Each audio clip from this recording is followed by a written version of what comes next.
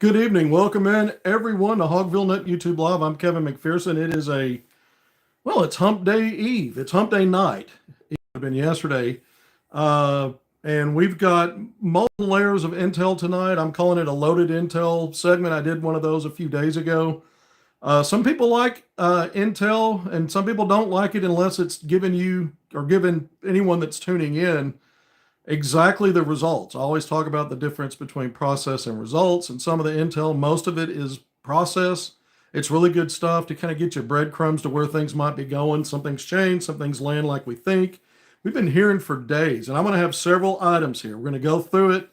The first part is I think we're at the point now. I feel comfortable saying that I'm at the place where I feel comfortable saying that Arkansas has its first commitment, and it may still not be public.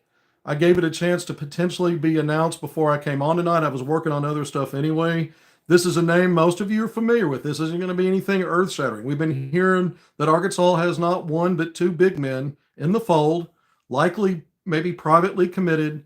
But I've got more information. We did this last year with Calipari when he first came to Arkansas, when I was getting more information behind the scenes, even before it was ready to go public. And I said, okay, I can now confirm that there's a private commit. So if you already think you know this, you're going to hear it again. If you don't, I'm going to share it now. Nick Pringle, the 6'10 center from South Carolina, from the state, played for the Gamecocks this year in the SEC. He's been in the SEC. He'll be a fourth year SEC big man at Arkansas next year. But he 2 years at Alabama. But I had one source reach out to me last night who is not my typical source for this. In fact, I've never talked to this person about this procedural thing that I used to talk about all last year. So I needed a second confirmation on it. I needed more than just getting it from this person. Not that they're not trusted, but this isn't my go-to for that kind of information. And I just needed more to feel better about it. Well, I finally got that today. I have two sources now telling me that the behind the scenes procedural stuff, when you start talking about financial aid agreements, when you start talking about admissions, that all that has been lined up for Nick Pringle at the University of Arkansas. Now, having said that, there's some caveats that go with that, just like it was the last time around last year. So you got to think about that. Not every situation's the same, and I'll go through that a little bit. But it looks like Arkansas, and it's weird because we've been talking about Malik Ewan. I think it was around Friday of last week, where he was the first big man out of Florida State being tied to Arkansas, and that may be becoming a done deal. And a couple of days later, we heard that about Nick Pringle. We've been talking about both. But one of the things I keep saying is, and have said over and over again, I'm going to throw it out again, it's part of the disclaimer, is that Calipari's process for every player he got last year was that they had to be on campus before it went public. And I said Ewan went into the portal at least 24 hours, maybe as many as 48 hours prior to the news coming out that maybe Arkansas was in line to get him. And because it was in the dead period when we heard that Arkansas was in line to get him, it was already day 2 of that, and it ends tomorrow from the 3rd of April to the 10th, that it didn't seem likely that he would have had a chance to sneak onto campus. Remember, Nellie Davis was on campus last year before, and no one really knew it while it was happening in real time. Later, his commitment comes out, it became public, and we found out, yeah, he'd been on campus. So Calipari stayed with the same track record, on campus before public commit. But the one guy who actually went in the portal before Ewan, a week before, basically when it opened, was Nick Pringle. So there was plenty of time to get him on campus. There's been some rumblings, rumors maybe he had. And just because the paperwork's done doesn't mean that he was on campus. But if he did get on campus and because the paperwork's done, it means he could then, in theory, announce a public commitment, even though we're still in a recruiting dead period as far as visits go, because maybe he already took his visit. And now I know about the paperwork. So the source that is my typical source for the paperwork all last year was my second confirmation today. And that source gave me more information that Kareem Artal, who we know has been committed, the foreign 20-year-old Lebanese forward. If you remember, I was reporting on him before he committed to Arkansas, then he did. And then I followed up and said his agent told me he's working on a student visa and other stuff so that he can be on campus on time for the start of summer session 1. Well, Artal, I'm told, not by the source who told me the first one last night about the paperwork having been done for Pringle, but the one today, who's my main person on that, told me that Artal's paperwork had also been processed and cleared. So what did I do? I reached out to the agent. Is this true? The agent says it absolutely is true. And oh, by the way, the NCAA has cleared Artal, and the only thing he's still working on is his student visa. So that's part of this process. I just learned that you don't have to have the student visa completely cleared up to get the school to approve you or the NCAA to do it. So there's that. So there's some information. One guy you already knew was a public commitment. Nick Pringle, we don't have a public commitment, not as of the time I came on here, but I've got two sources that tell me that the paperwork, everything needed is in place, just like it was when we did these same kind of segments a year ago this time for everybody, even DJ Wagner. DJ was on his visit when my source told me he just committed to Cal on that visit. And I came on and I confirmed that, talked about it. And then the paperwork part, but the other part, there were complications. We're going to talk more about DJ. And it took a little while for that to go public, maybe a couple of weeks or so. I don't remember the exact amount of days. Each process has been different. Here are some other caveats about Nick Pringle. Jordan Burks was a guy that visited, got his paperwork done. We told you he was on board, that the procedural stuff was done.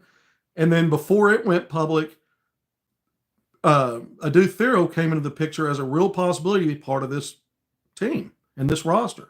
Both guys had been at Kentucky. Thero for 2 years, Jordan Burks, 6'9" forward who had played at overtime elite, had just been a freshman at Kentucky, little used guy. And Calipari told everyone, I'm going to only have 9 guys. That took away opportunity for Burks in the kind of role when that was in the works and basically done. So that was a catch and release. These things can happen even after the paperwork's done. And I don't know for a fact that Pringle has visited. So we might have to wait a little bit if he hadn't. If Calipari keeps his track record of they have to visit before it goes public. If he's already visited and we don't know about it, the paperwork's done, it can happen at any time. We don't have to wait for the dead period to end so he can do that. All right, 7 minutes in, that's my news tonight. Everybody knew that this was coming likely, but to be able to confirm that some of the formality stuff is done. Remember, another guy, the formality stuff was done on him. He was on board, was Brandon Garrison, but so was Jonas Adu. Adu was the priority target. His visit started the day before. Brandon's came on the heels of him leaving. All that happened, bang, bang. And Garrison's valuation, we brought you intel on this. The valuation Arkansas had for him was more in line with what Texas was only willing to do. And to that point, the fact that he was on campus, that was something that was proceeding toward, once that visit's completed, there'll be a public commitment announcement. Well, he ends up committing to Kentucky because two things happened. Adu, a day after his visit, publicly commits to Arkansas, and Arkansas doesn't raise the NIL to what they were hoping he would. Kentucky did before he ever visited there, either got all the way to the number or close to it. Arkansas and Texas were about halfway there. And so he went on and did that. You didn't really lose a player in terms of only it goes as far as what you're willing to pay. And so you can't lose something that you're only willing to go so far on. I look at it that way. So there are examples of things that can happen, even though you've done the paperwork process, you've got the private commit, other things can jump in here. For the most part, it hasn't been like that. I just gave you some of the outliers. And the other thing is you've got to make comparisons. Jordan Burks was not a proven college player. Thero was more proven and had a higher ceiling in terms of where he was going in his development. He's now in the NBA draft because he's probably going to get drafted. Burks is a guy that had some success after moving on to Georgetown. He's back in the portal as of a few days ago, and maybe there's some way he could fit on this roster and be a backup type. But Nick Pringle's not that kind of guy. When you bring him in, he's a proven guy. He's a guy that I doubt will be a catch and release, but there's always that possibility until it goes public. So I wanted to throw out the caveats and the disclaimers because we've seen the track record that it is possible that it will happen. Plus, I don't want to be saying this if something happens and someone else moves in on it and offers more NIL or makes some promise he can't refuse, and this never gets public. I don't want to be doing cleanup after the fact and saying, oh, remember when this happened? Remember when that happened? I'm telling you now because those things can happen. I don't think it will. I think this is probably pretty damn solid. I think Calipari's not wasting his time. And Nick Pringle, again, is the kind of guy, again, Jonas Adu was all league guy that had all that SEC experience on the front line. Calipari's already shown he will pull somebody out of this league that's used to these wars. This is the best conference in college basketball right now. So that's part of what Nick Pringle brings to the table. And before I move on to some other stuff, just real quick, over 9.5 points per game at South Carolina this past year, well over 6 rebounds. He's not a rim protector. He's not a guy that's going to stretch the floor. He is physical at 6'10", 220, 230, somewhere in that range probably. He really put the hurt on Arkansas, especially early in that loss at South Carolina. 18 points, 9 rebounds. I think a game or two later on the road at Tennessee, he had 16 points, 14 rebounds. He had 3 double-doubles this year, all on the road against really teams that were ranked. At Indiana in non-conference play, double-double. At Auburn, double-double. At, I mentioned it, at Tennessee, I think it was the regular season finale, double-double. So he did that. Go back to his last year at Alabama, his second season there in the NCAA tournament. 16-point double-double, 16 points, I think 11 rebounds, 3 assists, a block, a steal, and a win over Clemson that helped Alabama get from the Elite Eight to the program's only Final Four. He was a monster in that game. The 2 previous games prior to that, the 2 games prior to that in the NCAA tournament, North Carolina before that, Grand Canyon, he had back-to-back 9 rebound games. Didn't score as much in those games. But he's a known commodity in the SEC and someone that's going to help Arkansas on the front line. So I felt like that was important to at least say I have confirmed, again, just to repeat, not one, but I have 2 sources now that tell me his paperwork has been processed and they're good to go there. So again, until it goes public, maybe he still needs to take an on-campus visit if he hadn't already before it can go public, unless Calipari in this second recruiting cycle changes his for the way he's doing things. But that's how he's always done it. And again, I throw it back to the idea that maybe he was snuck onto campus similar to Nellie Davis.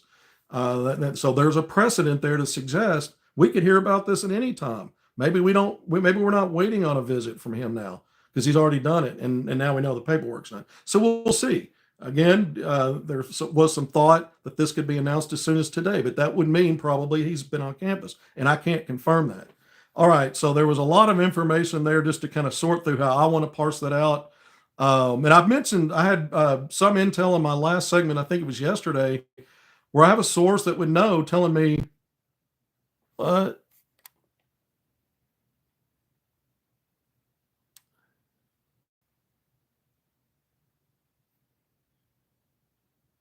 People are still freaking out. I mean, it sounds like we're moving forward to me. Someone's commenting about folks freaking out. I'm still learning how to deal with stopping and freezing this. I just learned this the other day. So we'll see about the Nick Pringle when that lands. But I had a source. I talked about this yesterday that Arkansas would have as many as or up to 4 visitors over the next 2 weeks once the dead period ends. Well, that ends in time for a weekend visitor. Then there's the following week. Then there's another weekend. Then there's the following week. Then there's another weekend. So in about a 14, 15-day span, you'll have 3 weekends in there and time in between to bring in visitors. So, up to 4, that doesn't sound crazy. And could it be Nick Pringle? Malik Ewan, the 6'10", 6'11" big man out of Florida State that we heard his name first about being locked with, maybe locked in with Arkansas. Then a couple of days, again, it was Pringle. But the process sounds like Pringle was actually moving along faster because I do not have any source information that his paperwork has been completed. That doesn't necessarily mean anything. Again, I think Pringle's process started sooner.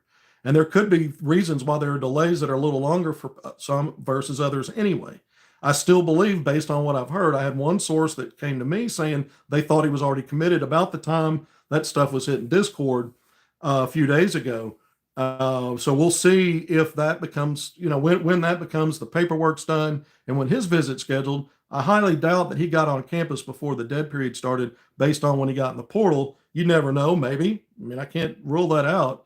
But my thought is Nick Pringle's probably your clubhouse leader in terms of the guy that might be the first off the board publicly, because maybe he has already visited. He didn't have to wait any longer. I said that. I don't know for a fact that'll happen that way, but maybe. But Malik Ewan, I have no reason to think that's not progressing as it should. So you might have answered both of your frontline pieces. We've talked ad nauseum about what these guys bring to the table. They're not rim protectors, but there's more physicality combined. There's more volume of rebounding than what you lost combined with Big Z and Jonas Adu. So there's a lot of, you got 2 veteran guys that have been around. They're older guys. They're not freshmen. There's all kinds of positives there. So, but looking at the 4 upcoming visits, I would think then Malik Ewan would be one of those. If that's in progression, I would think he would be one. If Pringle hasn't visited yet, that's would gotta be, you would think, one of those, since the paperwork's done on him. So that's at least 2. I get into the rest of this because I've got more intel. When I talked about, and I tweeted this and put it on HogvilleNET, I talked about more intel for guys like Nate Ament, which I'm about to get into, DJ Wagner, which I'm also going to get into. The one I didn't put in there because I wasn't sure if I was going to bring anything up because I was waiting on some more info, is Lamar Wilkerson. Well, I've got more info, so we'll have intel on him tonight too. This may take a little bit, 15 minutes, 45 seconds already into it. Thank you for joining me on HogvilleNET YouTube Live. Appreciate you being here. Please hit subscribe, like, and share. I'm jumping in a lot now, so you might even want to turn on notifications. I typically telegraph what I'm going to do by tweet and on the message board, but you may not be seeing those things. And so if you have your notifications, it'll pop up. So let's jump into, let's go ahead and do Nate Ament. Another last night phone call. You remember yesterday I did my segment during the day. I've been doing them at night so I can work all day, really trying to get information and get it to you before the next day when I'm to do the same thing, put the grind in.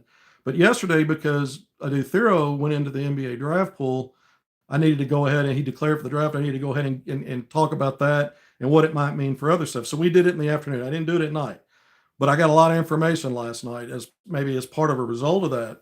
But Nate Ament, I got a call. Someone telling me, look, Duke has raised its NIL offer to Nate Ament. And I'm like, so is that the end of things then? Is that it? He goes, I don't know. Maybe.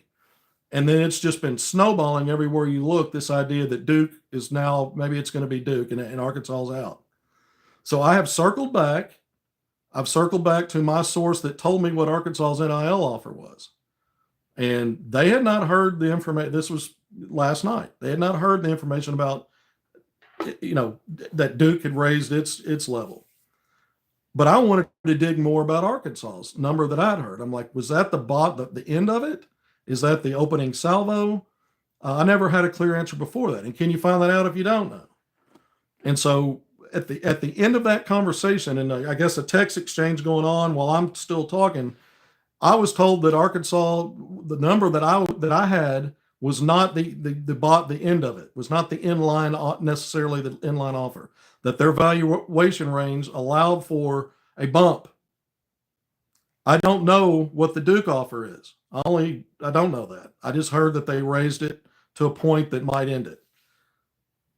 And uncertainty if it would, but that it might. That might be enough to do it. What did Ament say when he extended his April 1st announcement date? He publicly has said that he's going to look at portal moves. Well, so while I'm waiting around today trying to figure out what's going on here, I'm not just waiting around. I'm actually reaching out to other people that might know some of this stuff. I talked to someone that said, look, I've talked with his agent, and the agent said he wasn't just watching Duke's portal moves or Arkansas's portal moves for the sake of who they're keeping and what his role would be, but he's also looking at all the portal moves potentially for NIL prospects and enriching those, which makes sense. I mean, a lot of players are doing that. I talk to players all the time. They go, man, I put my name in the portal. I don't know if I'm coming or going. I want to see what my value is. I mean, and he's at such a level, it's not a portal player, but he's at such a level that he's going to be a premium. And we already know that. So there's a lot going on here. So one of the nuggets I've got out of this is too, that his decision may be coming really quickly. Well, he waited all the way to April 1st to decide not to decide then and added more time to it. I guess any time frame at this point would surprise nobody. There's the Nike Hoop Summit that starts tomorrow. Could something come out by tomorrow, on Saturday? Could he make an announcement on Thursday or Friday before he plays on Saturday or something like that? I have no idea on that part, other than there's talk that maybe this gets announced pretty soon. I mentioned before that even Tennessee had a source saying they were willing to step up in NIL. And I've said forever, that this is a thing going back to when it was first announced. Was it late February or early March? He was going to wait till April 1st. It was like the end of February, early March when he did that. And we had about a month to go, maybe a little more, 5 weeks. And I was saying that some of the scuttlebutt was he may try to drive this up to 3 million. Well, who knows where it's going? But I'll say this: if he's comfortable now, we could just hear it at any moment, and that's going to be about his representation, his family, not just the kid. I mean, and that's a solid group. They've done things, in my opinion, the right way. So if Arkansas, then the number I heard, I told you it was stronger. I never told you what it was. I told you it was stronger than I even thought it would be. I was actually surprised by it. Like I had a wow factor when I had first heard it a few weeks ago. And if that was not the stopping point, maybe it's not over for Arkansas. But there's a lot of smoke right now towards Duke. So just keep an eye on it. But that phone call last night, I was told that Duke, has raised its NIL, that had raised its NIL offer. And so this was always something that we talked about is, the weight and dragging it out would be to see how much could you drive up NIL. I had one source that had an interesting take on it. He thought that might have been a bad idea to wait until the portal season fully got going because it might actually hurt him. And so I don't know if there was a lag there, and if they weren't able to get it to maybe a place they thought it should be, and so they've just prolonged it to maybe. So I don't know some of that, the details behind the scenes on whether or not that was something that's caused this to take even longer. It's an interesting take on it. All right, so I'm going to move on now from Ament. We'll see what happens. There's, again, a lot of smoke right now for Duke. But Arkansas, again, the source is, I'll repeat it one last time, Arkansas could possibly even go higher than the NIL offer I heard, which was wildly good. All right, so let's see, do I want to do Wilkerson first or do I want to do DJ Wagner? Let's go ahead and do DJ. I'm going to do DJ's Wagner stuff. So the same source that told me that he was committing to Cal and committed to Cal on his visit around this time last year, maybe it was May, I don't remember the exact dates, and was the same one that was telling me, I had sources tell me this was going to be a complicated thing and it took a little bit longer before it became public. And there were some complications there. So I have circled back to the same source about what's he going to do, because you're hearing more and more he may get in the portal. Yesterday I gave the odds, or was it the day before? I had it at 51-49 based on what I was hearing. Maybe he's going to just go in the portal. So I was leaning slightly that he would.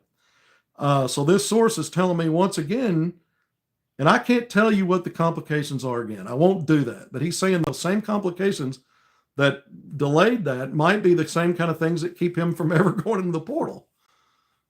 So now I'm going to go to 50-50. I'm going to ease it back from yesterday from 51-49 to 50-50. That doesn't mean that I think he's coming back. It just means I'm not sure, and I'm less sure. I'm less, I wasn't convinced anyway at 51-49, but maybe that he's leaning to leaving. Now this thing has been complicated anyway.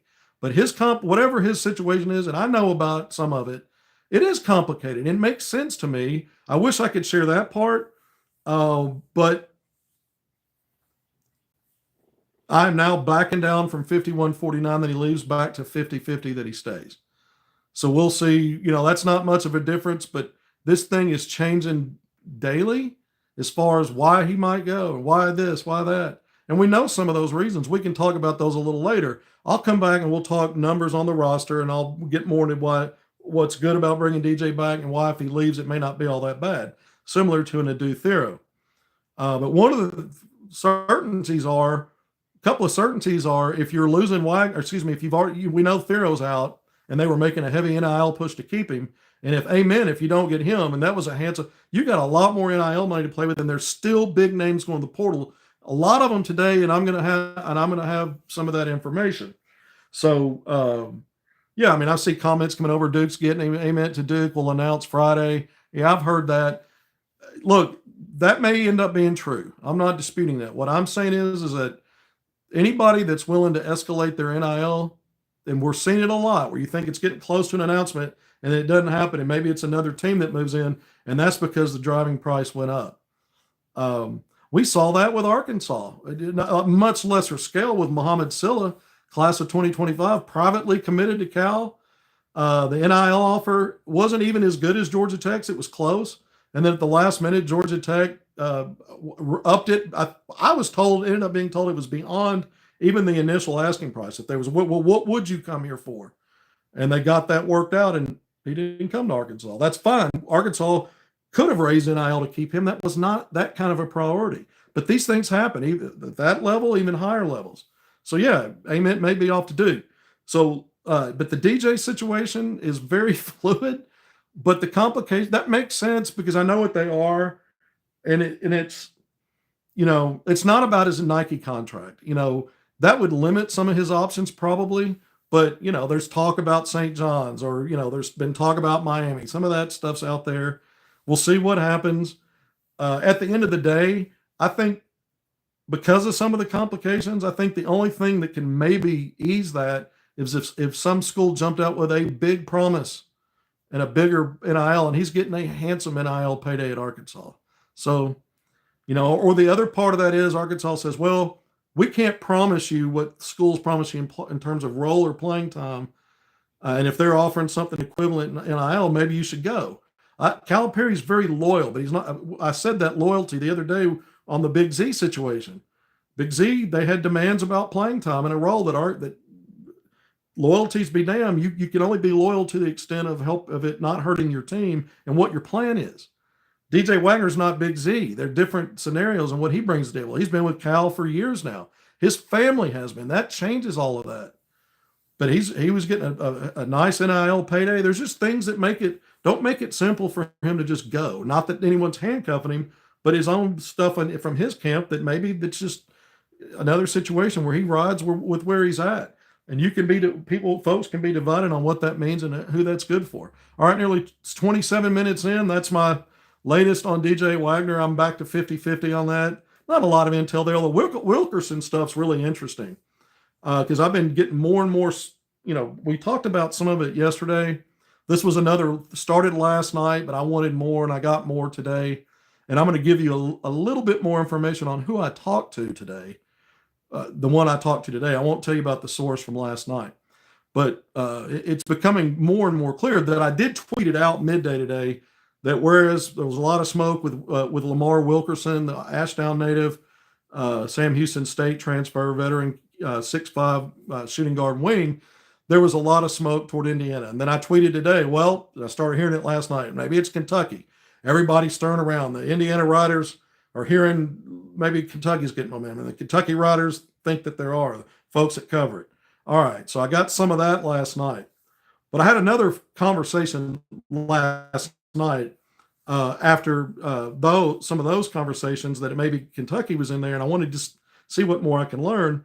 And I had a source tell me, look, you really need to talk to his agent. He goes, I'm not sure what's going on here, but I can't confirm Kentucky or Indiana. And, I'm not sure that's been resolved and that he just may not he may end up taking several visits. And so then I got wind, this was multiple steps, that Arkansas could potentially get a visit as soon as this weekend, maybe next weekend. Maybe he's one of the four. It makes me start thinking that. I heard that. But I didn't tweet anything out about any of that stuff. I want to talk to the agent, which I did. Christian Dawkins, Saros. Christian Dawkins is a well-known name. This guy's been in this game for a long time. But I did speak with him today. He wanted most of what we talked about to be off the record, and we're going to follow up again tomorrow. And maybe there's more I can share. But I've told you guys a lot about Arkansas from other sources. Arkansas being perceived as the leader in the clubhouse by one source because of the contact and the interest that had been going on since midseason, the fact that he's an Arkansas kid. You know that I talked to Lamar. I've reported that. Lamar told me, just like every other kid growing up, he dreamed of being a Razorback. I've got another source that reminds me that he likes Arkansas, that he loves Arkansas, and that he likes that program up there. So I have all this stuff in the background. So I can't share with you what Christian Dawkins told me today because he said he wants it off the record. But I went through all of my source information with him, and there were exchanges there. But what I can tell you is, I feel comfortable saying this, I did not get any pushback or any refuting of most of the source information that I've gotten. So I'll say that much. I can't tell you what he said. I can't hint to what he said. I can just tell you there wasn't pushback or any refuting of some of these things I just went back through that I've been sharing with you. As far as a visit goes, I won't say any more about what we talked about on that other than I'll be talking to him again tomorrow. My impression is they're still sorting through things and figuring out what they're going to do. This very well, these things change so quickly. We may learn tonight or tomorrow he's committed to Indiana. We may learn tonight or tomorrow that Wilkerson's going to Kentucky. We may learn tonight or tomorrow it's somebody else. There's other teams that were pushing. Kansas loaded up on some guards. They were pushing hard for him. And now they may be looking at other guards again. I mean, these things are so fluid. But as of now, and I talked to the agent, he's put me off until tomorrow. And he says some of these things and visits and all that will be ironed out. So we'll see. We'll see if I can come back and share any of that. I'm a big believer in doing a lot of work. I believe in the solid, the solid bench work, not just, jumping into platforms where you're getting a lot of voices and some of it's valid stuff and some of it's good. And that's a good way. That's one good way to get some information. But I believe about rolling up sleeves and getting in the trenches and talking to people. I'm not trying to get on a high horse here. It's just that some of my stuff, the way I relay it, it does take me longer to get it out of my mouth.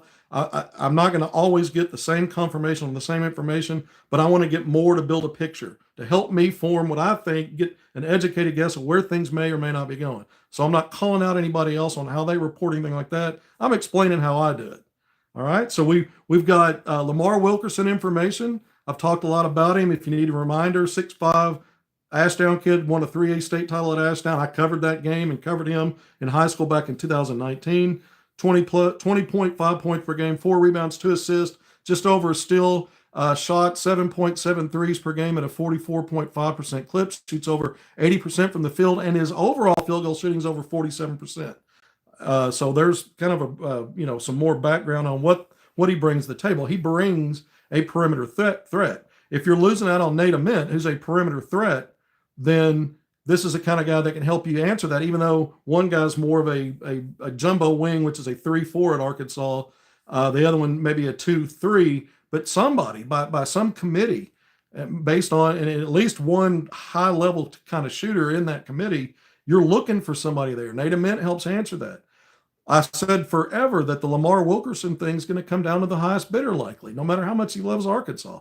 I think that's still true, but maybe some of the conversations that are happening tomorrow are going to be about maybe Arkansas can step a little stronger with NIL because Adu Thero's out, because maybe they're not going to go higher, even if they could, to maybe still try to close on Nate Ament here in maybe what's coming into the final hour. There's all kinds of reasons to think, again, that maybe Lamar Wilkerson does visit as soon as this weekend or later. There's also not enough to say for sure that'll happen, and we won't hear very shortly. Like I said, he's committed somewhere else. Just keep an eye on it. Processing results. The intel is only as good as it is. I'm always nervous about how real time it is. And then what other things are going on, even when I'm talking about it, that's changing, because this stuff is wild, man. There's a lot of money being thrown around. There's a lot of needs that change on a dime based on program that wasn't serious about you, but now they've got a player going to the portal and they're going to, the whole thing, everything shifts and goes so quickly, especially with all this money out there. Let's talk about possibilities. Look, I just mentioned anyone that's if Arkansas doesn't get Nate Ament, and people say, well, that was wasted time. Keyshawn Hall, some of these other names. Jameer Watkins just announced today that he's going in the portal. 6'7" wing, recruited by Arkansas's previous coaching staff, came on a visit with his cousin, Caleb Battle. Both of them committed to Muss during that visit, private commit. Both of them did. And by the end of the weekend, after Watkins went back, the highest authority from the Arkansas Razorbacks basketball program concerned told me that Watkins wiggled out of it. So if you hear anywhere that he didn't commit, he actually did. It didn't go public, and then he wiggled out of it. And there was I'm going to leave it alone at that. I don't want to say too much, other than I had a pretty good front seat look at that one. Coming from the highest authority about how that played out. But this is a second team. Jameer Watkins at Florida State also, by the way. So that's Malik Ewan. I don't know if there's any connection between those two in Arkansas, but you never know. Watkins came with Caleb Battle, who was at a different school, Temple, but they were cousins. So he's already shown that he'll hook up with somebody that he knows and come and visit Arkansas and commit together. Now that didn't work out. I'm just saying, there's a little history there. He's been on the campus, but all second team ACC he led. Ewan was second for the Seminoles in scoring this year. Watkins was first, over 18 points per game, 5.5 rebounds. He stuffs a stat sheet. He's not as efficient as some other guys, 42, 43% overall from the field's not horrible. 32.5, 33% from three doesn't necessarily give you the warm fuzzies that you're improving your 3-point shooting there, but he's versatile enough to play wing and be a small ball four. He could help you with be on the court with other wings. He could be a kind of guy like that. Murphy is 6'10". I mean, there was a bunch of guys that went in today. Keyshawn Murphy from Mississippi State.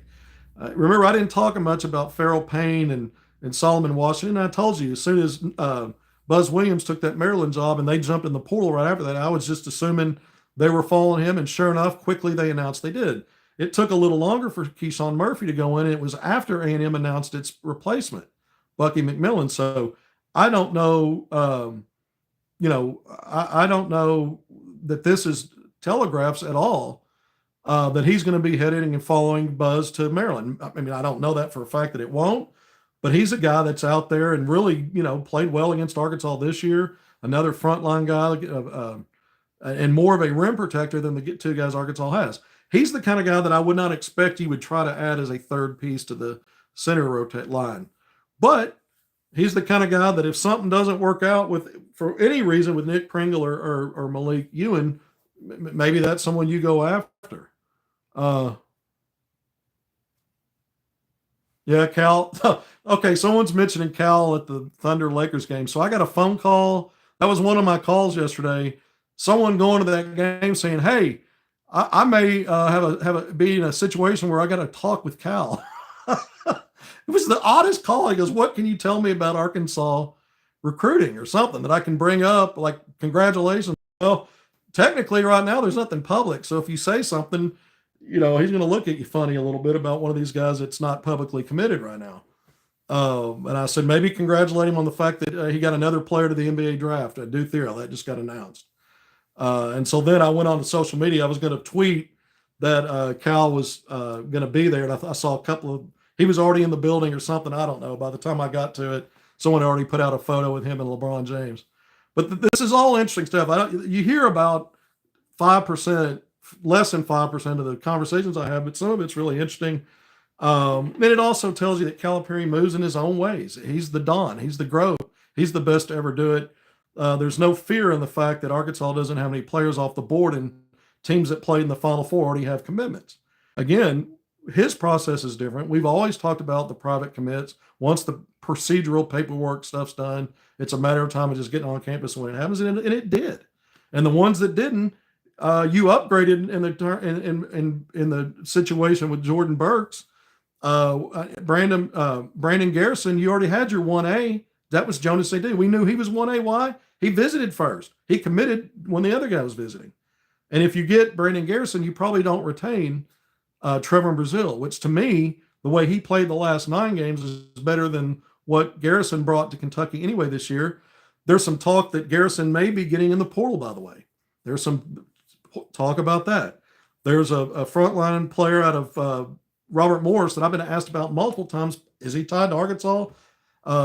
Alvaro Folgeras, who's back in Spain, 6'8", Robert Morris, really good player, highly coveted guy. Kentucky's been recruiting him. There was some talk, well, maybe Kentucky's out because they just got Jaden Quaintance and they just got Mo Diabate, and they already have Malachi Marine on that front line, and they already have Brandon Garrison. Maybe there's no more room or money for a guy like Folgeras. Well, Brandon Garrison may be going to the portal, which would put Kentucky right back in play for him. Would Arkansas be in play for that as a frontline guy with a Dew Theory gone and maybe not getting Nate Ament? Jameer Watkins, I just talked about him. Would a Jordan Burks be someone that would look at, hey, I can't promise you a big role like I couldn't last year when we invited you to leave, but we're expanding the roster 11, maybe 12. Maybe you could help us here with depth. He may not want that. He may be looking for more NIL and a bigger opportunity. He didn't put up crazy numbers at Georgetown this year. I don't know what the reality is for him moving forward. But I'm jumping around a little bit here to say how you can maybe fill in the gaps. Keyshawn Murphy, Jaron Stevenson went in the portal today out of Alabama. Big man that can shoot a little bit. Versatile guy. Another guy that may go in, Mustafa Tim, a 7-foot plus kid out of Central Florida. Obviously Arkansas didn't get Keyshawn Hall out of there. He's a 7-footer. You think you've got two on board, but you just never know. There's all kinds of quality that have either just gotten in today, may get in the next few days, and there'll be more coming. Would take Jameer Watkins easily over Ament and would be cheaper anyway and better player. Well, maybe not, but there's more than one way to build your roster. And the idea that Calipari, if Arkansas doesn't get Nate Ament, just wasted his time, I think is silly. It's ridiculous. The guy's a highly skilled guy. There's a lot of big programs after him, and see him as a viable path to help them get to a Final Four. Duke just did it with a lot of freshmen, and they may be the front runner to be a loaded freshman class again. No, they didn't win the national title, but you don't have to be all veteran guys. You definitely don't want to be mostly relying on freshmen. Calipari's drilled down his freshman take, but Nate Ament is not a reach. This is a guy that can help Arkansas. He may be a guy that ends up helping Duke, or in the last hour, somebody jumps up with something insane, which I don't think will happen, but you never know. EPM dropped the ball on Watkins. There was some weird stuff going on during that visit. He got 2 commits. There was just some weird stuff that happened. And EPM was flabbergasted by it. And to listen to him to describe it, I literally was trying not to laugh out loud, but I couldn't help it. And I said, man, I'm sorry I'm laughing, but that is insane. It's so insane, it's funny. And he started laughing, which made me feel better. And I said, I've told you too much. I told you too much. But it was one that slipped through his fingers. Stevenson out at Alabama. What about it? Right? Jameer Stevenson, did he not get in the portal? You like him? Oh, you're saying you like him. Okay, I maybe misread that for a moment. We're about 42 minutes in. I've dropped a lot of info tonight. Let's count roster numbers real quick. You got 4 signed. You've got 4 maybe retention. I'm back on the fence with DJ, so maybe only 3, but let's say you keep DJ. That's 4. 4 plus 4 is 8. These 2 big men, let's say they're that in addition to Pringle, Ewan's getting his paperwork done soon. They both go public soon. Okay. 4 plus 4 plus those 2 big men equals 10. Well, we had a 9 deep last year. I've said that the resources will be there. The plan will be to expand to 11. I still think guys like Kareem Artal and Isaiah Seeley, the high school out of top 75, 4-star out of Springdale, Arkansas, who signed in the early November period, those 2 are your back end 10 and 11 guys. Maybe you'd go to 12 if you can make something work out right here. But you're at 10, and let's say you only go to 11. That means only one more guy. Nate Ament, that'd get you to 11. Not Nate Ament, Jameer Watkins, that'd get you to 11. Lamar Wilkerson, not Nate Ament, not Jameer Watkins, that'd get you to 11. So if DJ leaves, it opens up the possibility of bringing in 2 really good players.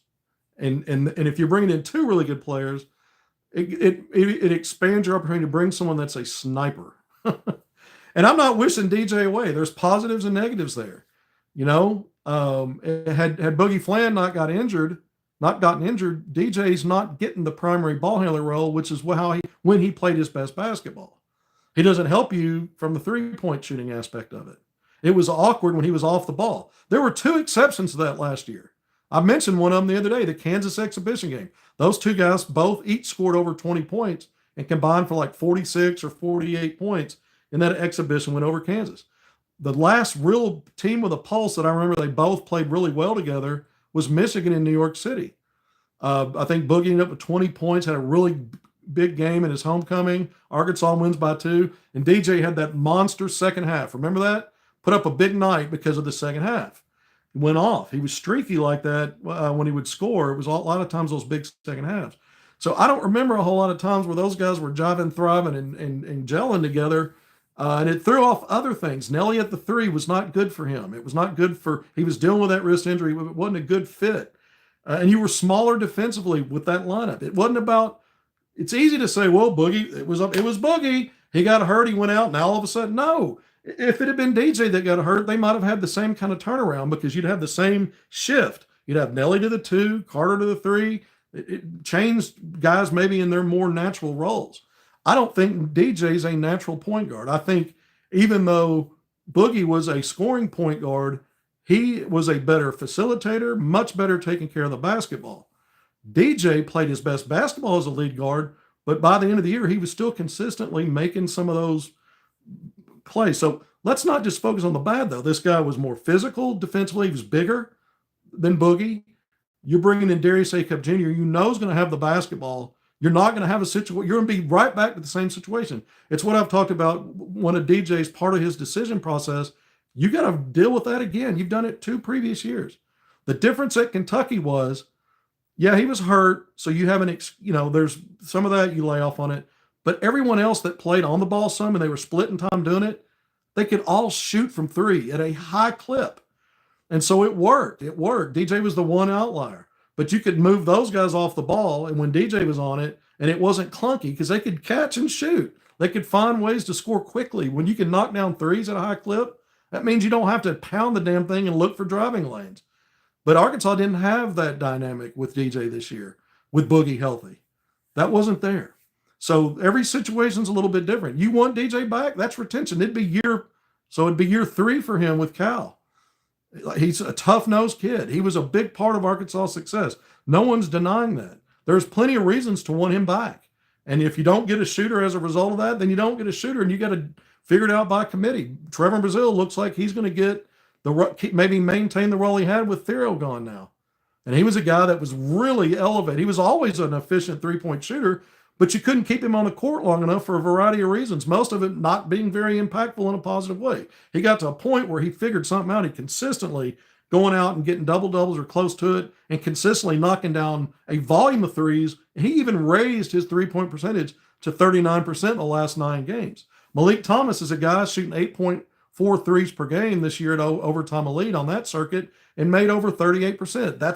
That might be part of your committee. It's unproven. We don't know how it translates to this level. We don't know that yet. That's why I keep talking about these proven guys like Lamar Wilkerson at the college level who are even more elite efficiency-wise. You'd like to have, some more than one guy that you're saying, okay, looking at it statistically, this guy coming out of high school at overtime elite, that's our one guy that's got to be that. You'd like someone else. But if you keep DJ Wagner, now you're hoping guys like Brazile on the front line.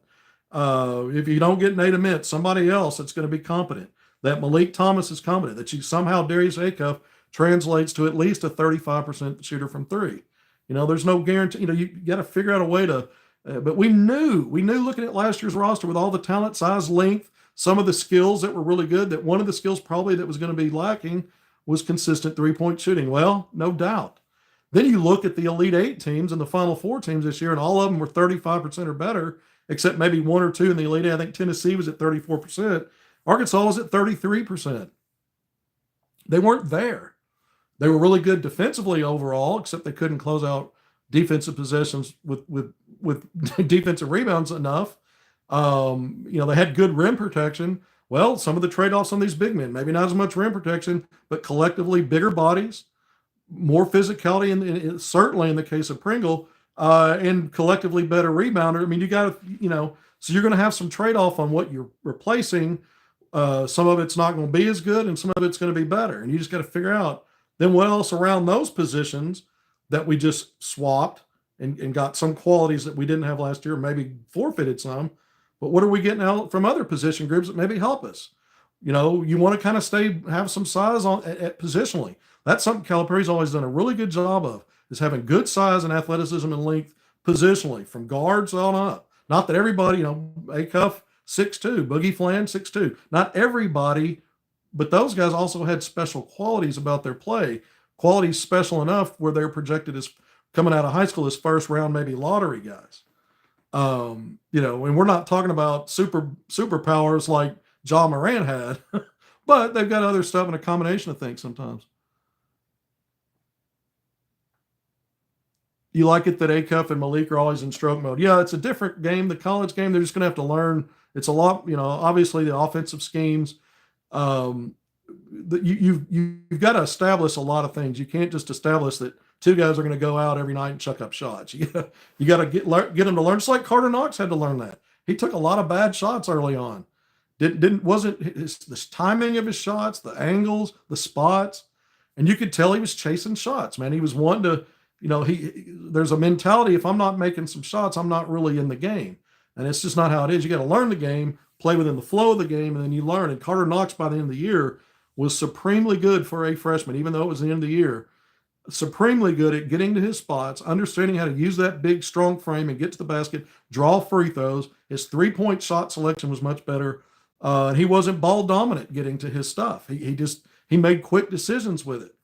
He wasn't doing that early in the year when you're looking at those shots going, well, I see why you're a 9% three-point shooter or whatever it was. He might have been 2% at one point. I remember.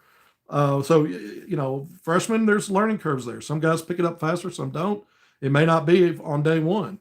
And, if a DJ Wagner leaves and you see some of A-Cuff's early struggles, you may go, oh, boy. Yeah, well, if DJ Wagner leaves, maybe Arkansas gets somebody that brings some other qualities, veteran qualities. They won't have the continuity in the program that they had with Calipari, that Wagner had with Calipari, but they may have some other stuff, better from three, maybe better with the basketball. Maybe DJ stays and improves on some of that stuff. Maybe he goes from a 30% three-point shooter to 34 or 35. I mean, I don't see that based on everything I've seen, but I can't rule out that could be part of his improvement.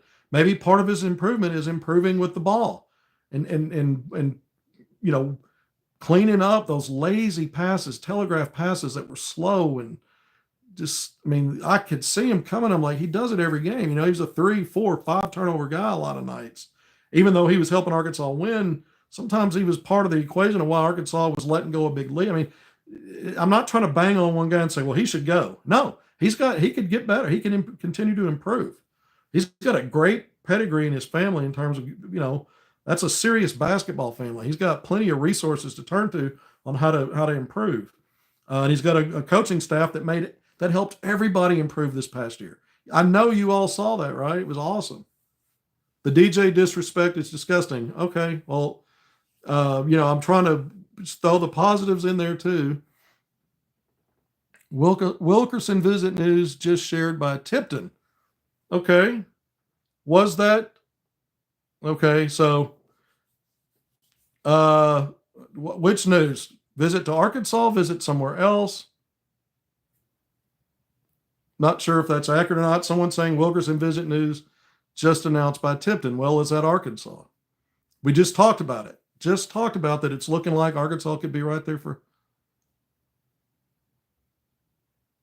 Yeah, elaborate. Someone elaborate on the Wilkerson visit news, if that's what you're saying, elaborate. So I'm not going to try to go through all these. I'm actually going to jump off here. I've went through a lot of it. There's some Tyron Stokes news, that one of the top players in the 2026 class that Calipari has made a priority out of, has been out to see multiple times. For the last couple of days, it's been stirring that he might reclassify. He's not going to play spring and summer ball. No Arkansas for Wilkerson. Okay, so the visit news came out that Arkansas's not one of them. I don't know. Plenty of SEC schools, but not Arkansas. So is that Tipton's reporting? Okay. Yeah, I mean. All right. Well, thank you. I'm going to check all that out. I need to see Kentucky, Auburn, Ole Miss. Okay, I'll look into that. Okay, so Kentucky, Auburn, Ole Miss, and Indiana. Okay, so those are the 4 that are on there. So we'll see if we'll see if anything changes for Arkansas there. I appreciate everyone joining me on HogvilleNET YouTube Live. We'll be back on here if something breaks. If anything that goes public, or if I get any more intel. Obviously, I try to do an update every day now because it's so busy this time of year. Please hit subscribe, like, and share if you haven't already. Until next time, thanks for being here, and we'll see you then.